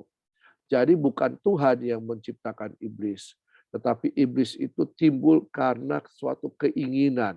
Keinginan yang mau menjadi sama seperti Tuhan, seperti Adam dan Hawa mau jadi seperti Tuhan. Nah, karena Adam dan Hawa mau jadi seperti Tuhan, mereka jatuh dalam dosa dan dibuang keluar dari Taman Eden. Nah, sama seperti itu. Nah, jadi bukan Tuhan yang menciptakan iblis. Iblis itu lahir karena keinginan malaikat yang ingin menjadi seperti Allah. Akhirnya dibuang ya dengan antek-anteknya. Seperti itu, Graciela. Baik, Pak. Terima kasih, paham. Ya, paham ya. Nah, tadi Graciela bilang tentang tujuan. Tuhan punya tujuan kepada kita. Apa tujuan Tuhan? Baca Kejadian 1 ayat 28. Maka Tuhan memberkati mereka, siapa? Adam dan Hawa.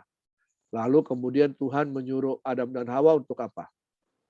Beranak cucu, bertambah banyak, penuhi bumi, dan taklukan. Ya, apa? Ada mandat budaya di situ dan mandat pemerintahan. Jadi manusia itu ditempatkan di Taman Eden untuk mengusahakan, mewakili Tuhan. Jadi Adam dan Hawa itu merupakan perwakilan daripada Tuhan untuk mengusahakan apa yang diciptakan oleh Tuhan. Ya toh, mengusahakan apa. Jadi Adam dan Hawa ini merupakan perwakilan. Adam dan Hawa diberikan kuasa, otoritas untuk mengusahakan ciptaan-ciptaan Tuhan yang ada. Ditempatkan Adam dan Hawa di Taman Eden. Jadi tugas dan tanggung jawab manusia itu adalah mewakili Tuhan untuk segala ciptaan yang ada yang Tuhan ciptakan. Tetapi iblis ini tidak mau melihat apa yang baik yang Tuhan ciptakan, sehingga dia buat kacau semua dengan cara apa?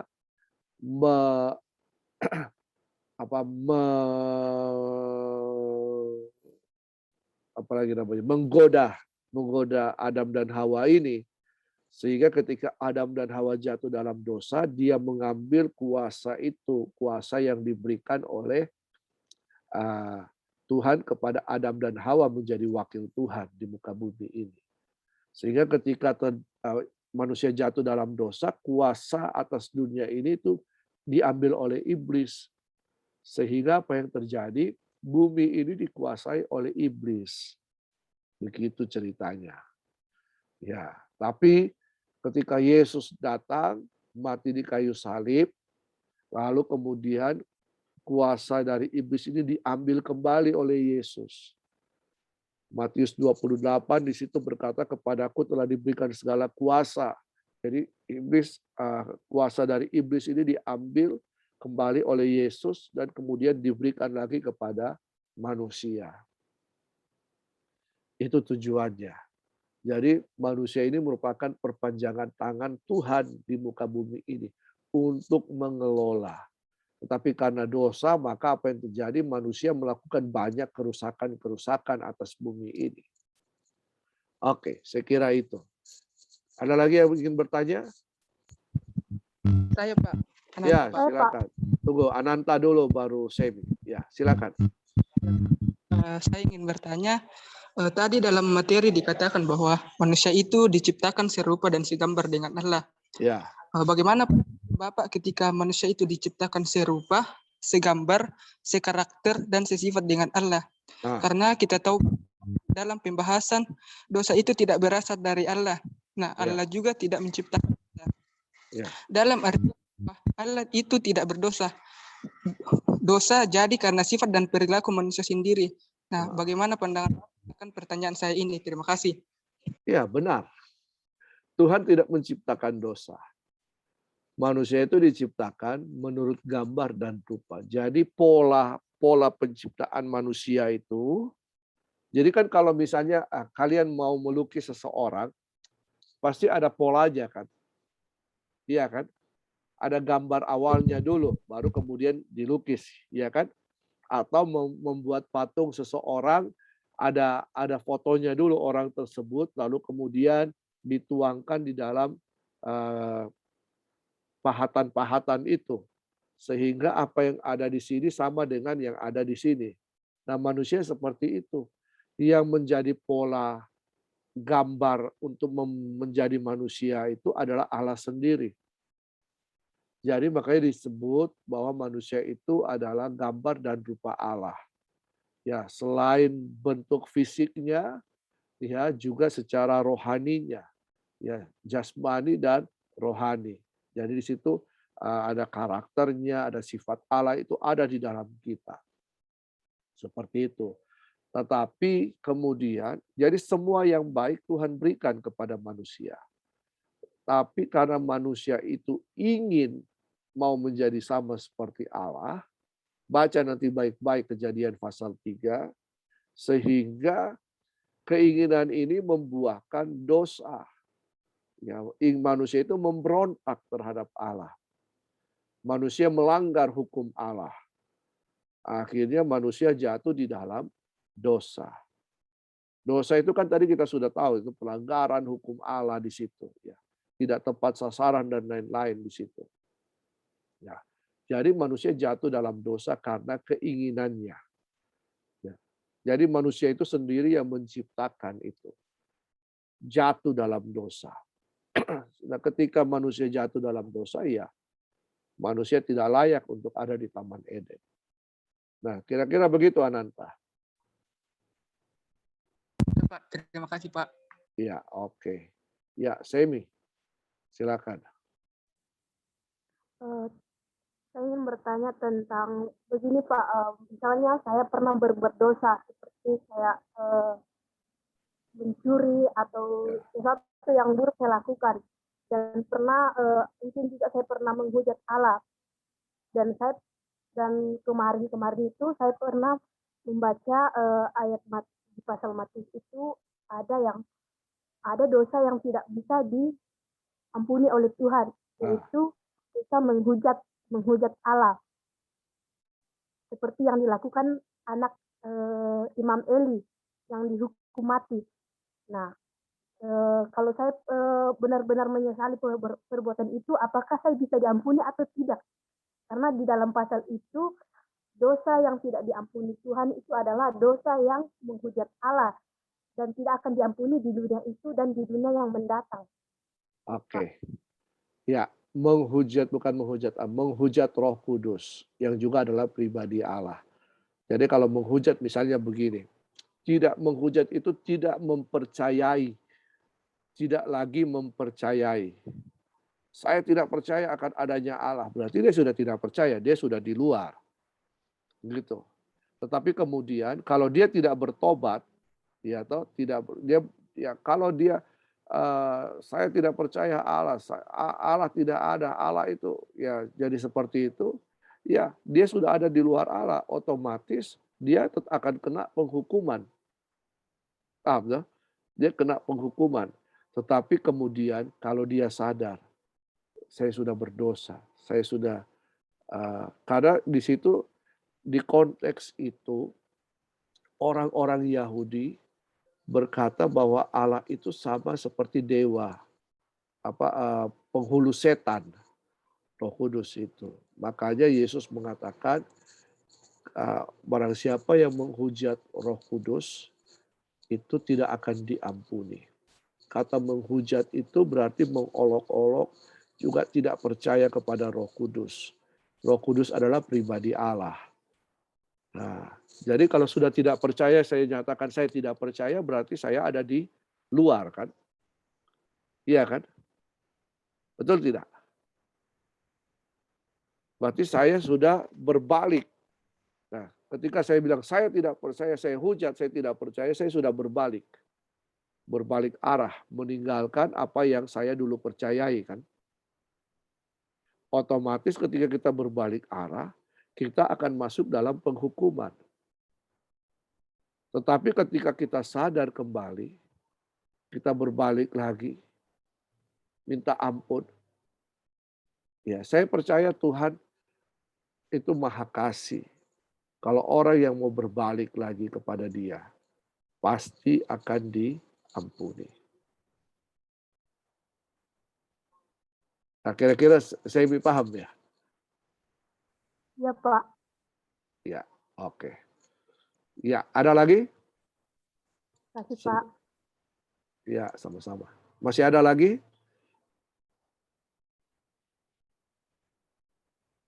Kalau tidak ada, dari Ibu Ketua kelas kita ada pengumuman? Boleh saya absen, Pak, sekarang? Iya, silakan. Baik, Saya Pak. juga bantu kau foto. Ya, buka kamera semua kita foto sebagai bukti. Ayo buka kamera. Ya. Nah, gaya yang ya bergaya ya, senyum apakah ya yang susah buka tidak apa. Oke, saya foto ya sekarang siap. 1, 2, slide pertama, 3. Slide kedua. 1, 2, 3. Iya. Silakan Yelvi.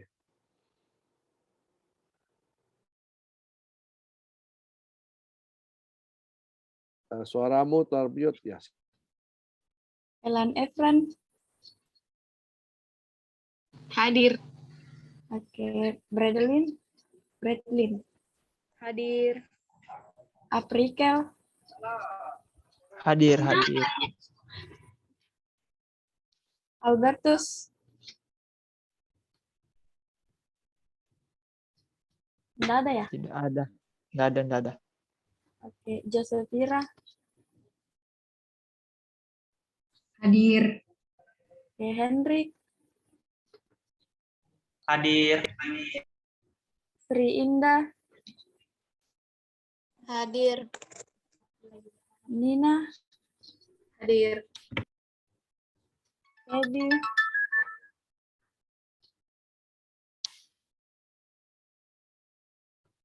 Baby. Oh. Mona Lisa. Lilis Linggi.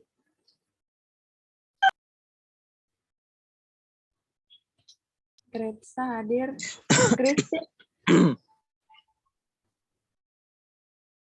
Christine. Ada ya? Pinkan. Hadir. Angel hadir. Irmawati. Hadir. Riana hadir. Ananta. Hadir. Graciela. Hadir. Aldi. Akselino Tundeka. Ini dari kemarin nggak ada ya? Jeremy. Hadir. Laksmi Natasha.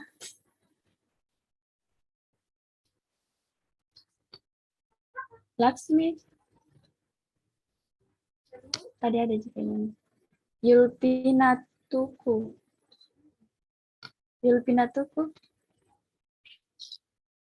Enggak ada ya. Pandawa 5.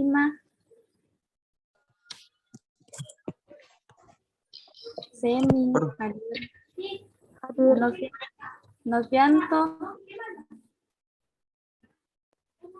Pandawa hadir, Bu.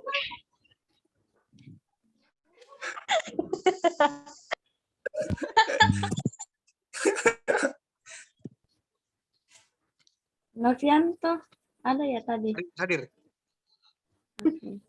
Rolinton, Hadir, Bu. jangan sih. Barnabas, Barnabas hadir. oke. Selin hadir. Jadi yang nggak ada itu Aldi Axelino, Christine Guari. Kayaknya jaringannya jelek. Sama Albertus Ari. Oke.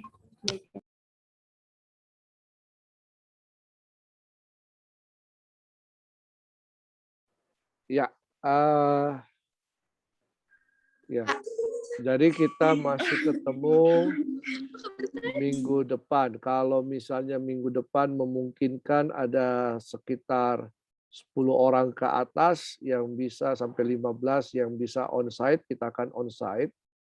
Dan nanti saya akan buat video juga khusus yang tidak onsite ya, jadi yang online. Ya. Tapi kalau misalnya tidak mencapai kuota di bawah 10 orang, ya kita akan tetap online. Jadi tolong yang belum divaksin, silakan segera vaksin. Supaya karena saya selama Desember nanti 12 hari itu ya, hampir 3 minggu itu ada di luar kota. Ya kemungkinan nanti itu Desember saya cuma kasih video. Nanti kalian akan review gimana caranya. Nanti ujiannya pun ujian Meet-nya nanti akan ada. Saya tidak usah kasih ujian kalian. Mungkin akan ada tugas pengganti untuk ujian Meet-nya. Ya, lebih baik kasih begitu. Oke. Karena biasanya Unifa itu ya nanti tanggal 24 baru libur. Atau tanggal 2 ya, sebut tanggal begitu. Masih tetap masuk kuliah sampai Desember juga kita masih tetap kuliah.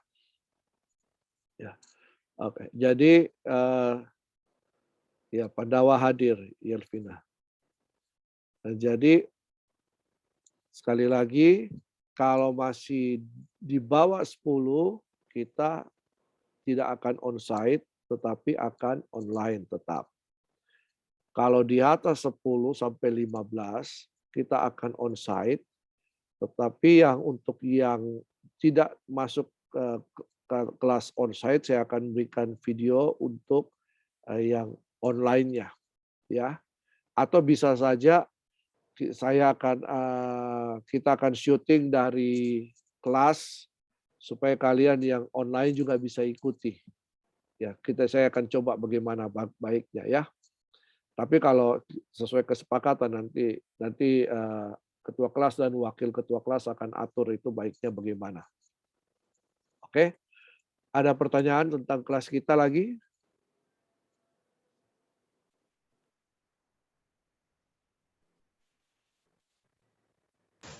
Kalau onsite, Pak, Ya. apa-apa yang perlu dibawa? Adakah surat-surat atau?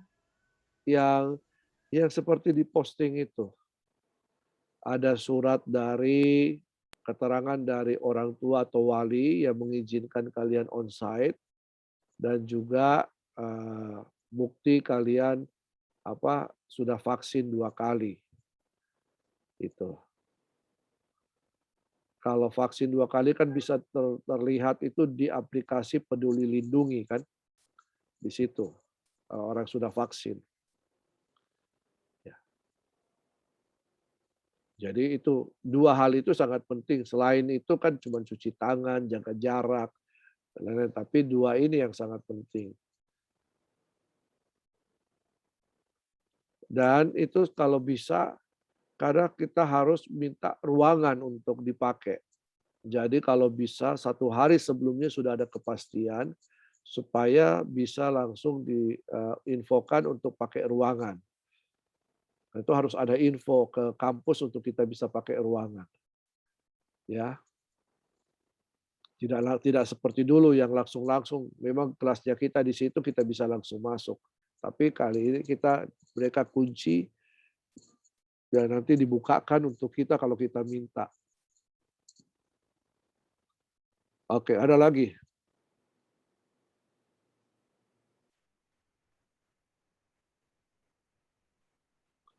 perhatikan pengumuman-pengumuman di WA Group ya.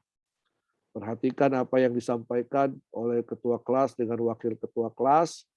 Perhatikan itu supaya kalian bisa mengikuti perkuliahan dengan baik.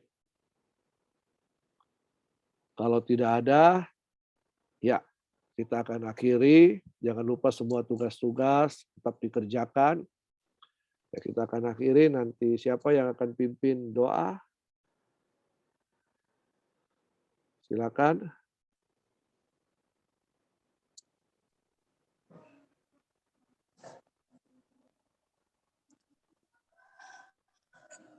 Siapa yang pimpin doa? Saya Pak Ananta. Oh ya, silakan Ananta. Ya, sebelum kita mengakhiri pelajaran kita, mari kita berdoa. Bapa kami di surga, Bapa yang kami sapa Bapa dalam Yesus Kristus, puji dan syukur kami panjatkan kehadirat-Mu atas penyertaan dalam kehidupan sehari-hari kami. Ya, pada sore hari ini Tuhan, Engkau telah menyertai kami dari awal, pertengahan, hingga berakhirnya kulanya. Kiranya materi yang diberikan dapat kami pahami dan dapat kami praktekkan dalam setiap langkah kehidupan kami. Tuhan, serta juga Bapak Henji yang telah mengajar kami, berkati dalam keluarga maupun dalam mendidik kami. Inilah doa dan ucapan syukur yang kami bawa dalam anak-Mu Yesus Kristus. Itulah Tuhan dan Juru Selamat kami yang hidup. Amin. Amin. Terima kasih.